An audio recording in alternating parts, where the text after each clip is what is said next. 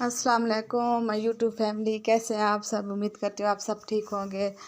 रमज़ान शरीफ की पहली सहरी मुबारक हो मेरे सब देखने वाले बहन भाइयों को, बहुत बहुत मुबारक हो। अल्लाह पाक ये रमज़ान शरीफ के रोज़े रखना नसीब करे सबको और अपनी दुआओं में हमेशा याद रखें एक दूसरे को। सहरी का टाइम शुरू हो गया था, बस सारी रात जागते रहे क्योंकि नींद तो आती नहीं है इतने जल्दी अगर सो जाते तो फिर कहीं लेट ना हो जाते। तो बस ये तकरीबन 2:45 का टाइम हो रहा था। मैं उठ के आ गई किचन में, आमलेट बनाने लगी थी।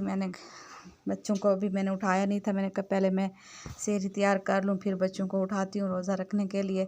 तो बच्चे भी बहुत माशाल्लाह एक्साइटेड थे रोज़ा रखने के लिए। तो अल्लाह पाक जो है ऐसे ही जज्बा रखे बच्चों में भी और बड़ों में भी, क्योंकि रमज़ान शरीफ तो एक दफ़ा आता है एक साल में।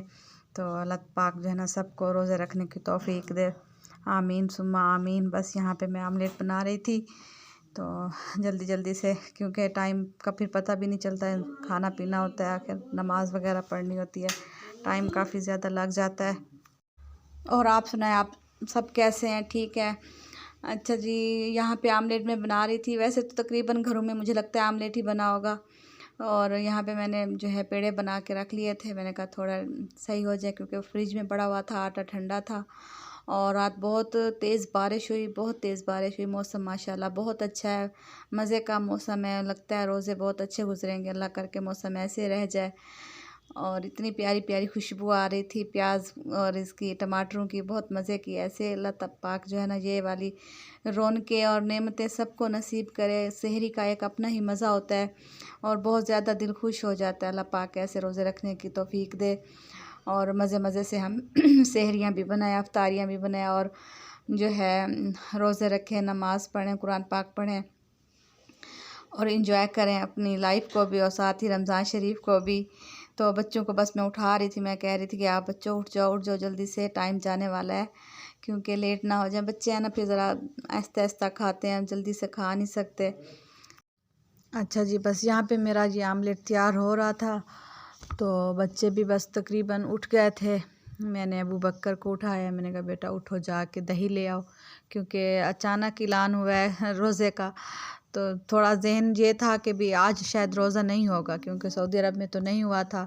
तो हम भी थोड़ा रिलैक्स थे, चलो भी एक दिन हमें और मिल गया तो बाकी सारे काम कर लेंगे।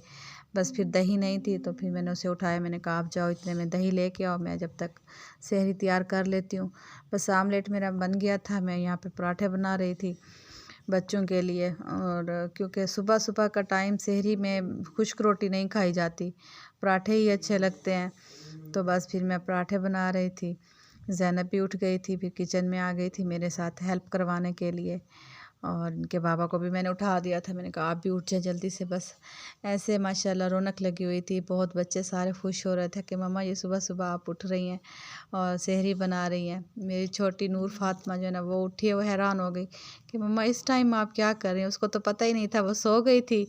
तो फिर जब उठी है तो हमने कहा बेटा आज जो है ना रोज़ा है, हम रोज़े के लिए उठे हुए हैं, सहरी बना रही हूँ। तो वो भी बड़ी खुश हो रही थी, हैप्पी हैप्पी थी। बस ये आपको अगर मेरा व्लॉग पसंद आए तो लाज़मी आपने लाइक और सब्सक्राइब करना है, शेयर भी किया करें और मुझे जो है ना कमेंट भी लाज़मी किया करें। तो यहाँ पे भी पराठे बन गए थे, बस फिर दही अबू बकर ले आया तो मैंने लस्सी बना ली थी, क्योंकि बच्चे जो है ना शौक़ से पीते हैं लस्सी। मुझे वैसे नमकीन लस्सी पसंद है, लेकिन बच्चे जो है मीठी लस्सी पीते, तो मैंने इनके लिए मीठी लस्सी बना ली थी।